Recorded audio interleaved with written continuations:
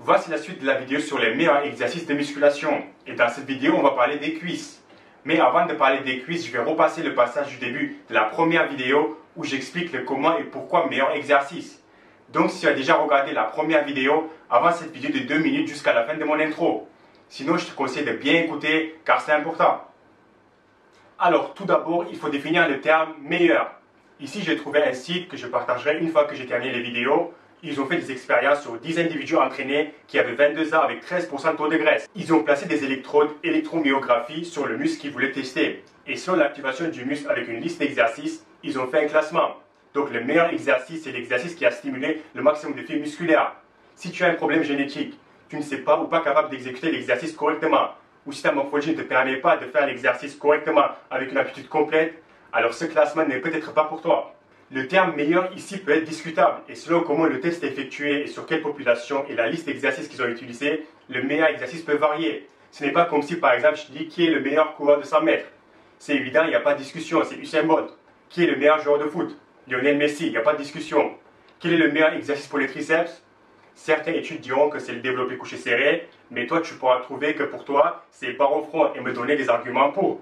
Et puis, même si on trouve que c'est l'exercice qui active le plus de fibres musculaires, cela ne signifie pas que c'est absolument l'exo qu'il faut faire et c'est le meilleur point. Non. Je pense l'avoir dit dans une autre vidéo et je répète, juste parce que tu as une voiture avec plus de chevaux ne signifie pas que tu vas forcément gagner la course. Il faut prendre beaucoup d'autres paramètres en compte. Donc, les cuisses. Je vous avoue que j'étais un peu déçu de cette partie sur le site car vous allez voir qu'ils ont zappé pas mal de bons exercices. Surtout pour les fesses et ischio. Mais ce n'est pas grave, ça reste quand même intéressant de voir ce qu'ils ont trouvé. Et surtout, je vous conseille de regarder jusqu'à la fin pour la conclusion que je vais faire. On commence avec les quadriceps. Le meilleur exercice parmi ceux qui ont testé, c'est-à-dire le squat et le hack squat avec différentes amplitudes, la presse cuisse et la leg extension. En numéro 1, vous avez le hack squat avec les genoux pliés à 50 degrés. Donc c'est presque un quart de squat.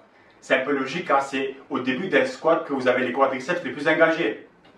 Puis juste derrière le hack squat à 90 degrés, puis squat avec la barre presque parallèle, la presse cuisse genou à 90 degrés, squat avec barre parallèle, puis quart de squat, presse cuisse allongée et la leg extension.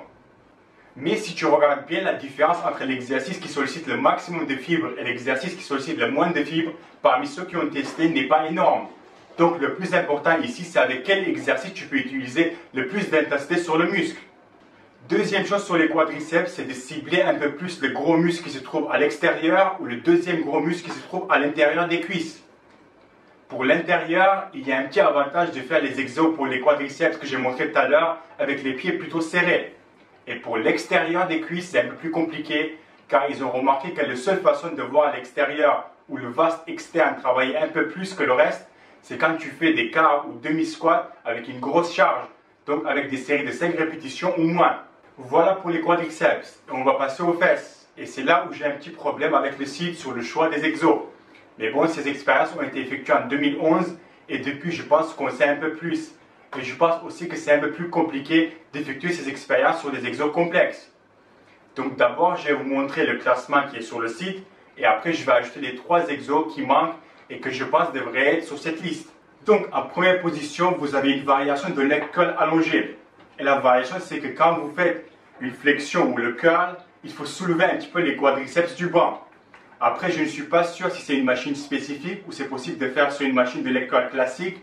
Mais voilà, c'est l'exercice qui recrute le maximum de fibres dans les fesses. En deuxième place, c'est cet exercice avec la machine. En troisième place, vous avez le soulevé de terre poids du corps. Donc imaginez si vous ajoutez une bonne charge ou si vous faites un soulevé de terre sumo ou un soulevé de terre avec un déficit.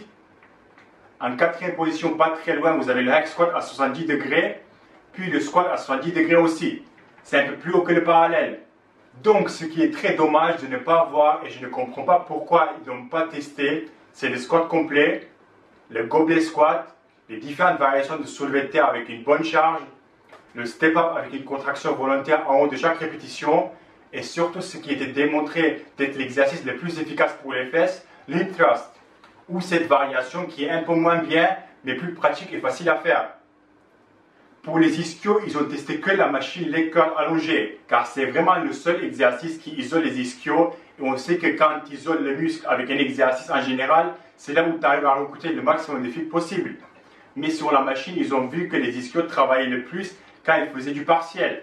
Donc en première position, c'est du partiel en bas du mouvement, quand les jambes sont encore presque tendues. Puis en deuxième position, partiel en haut du mouvement. Puis en égalité le mouvement complet ou quand vous faites une jambe à la fois. Pour les mollets, le meilleur exercice c'est ça. Je ne sais pas comment on l'appelle, mais voilà. En deuxième position, extension mollet debout classique. En troisième, extension mollet sur la presse horizontale.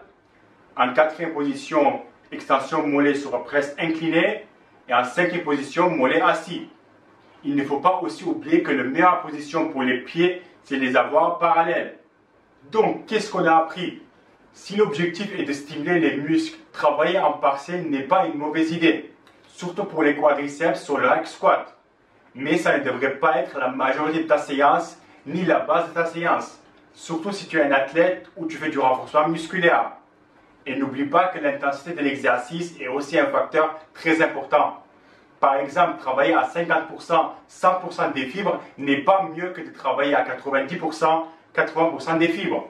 C'est mieux de bien travailler la majorité des fibres que pas assez travailler 100% des fibres. Le squat avec barre libre parallèle pour la majorité des gens ou pour ceux qui arrivent le squat complet, c'est le meilleur exercice pour les cuisses.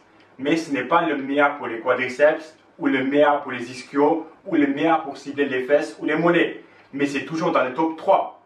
Donc si tu as un exercice à faire pour le bas du corps, ça sera le squat. Sinon, si ton objectif n'est que l'hypertrophie, tu pourras isoler chaque muscle avec un exercice spécifique. Pour les quadriceps, ça sera le hack squat parallèle.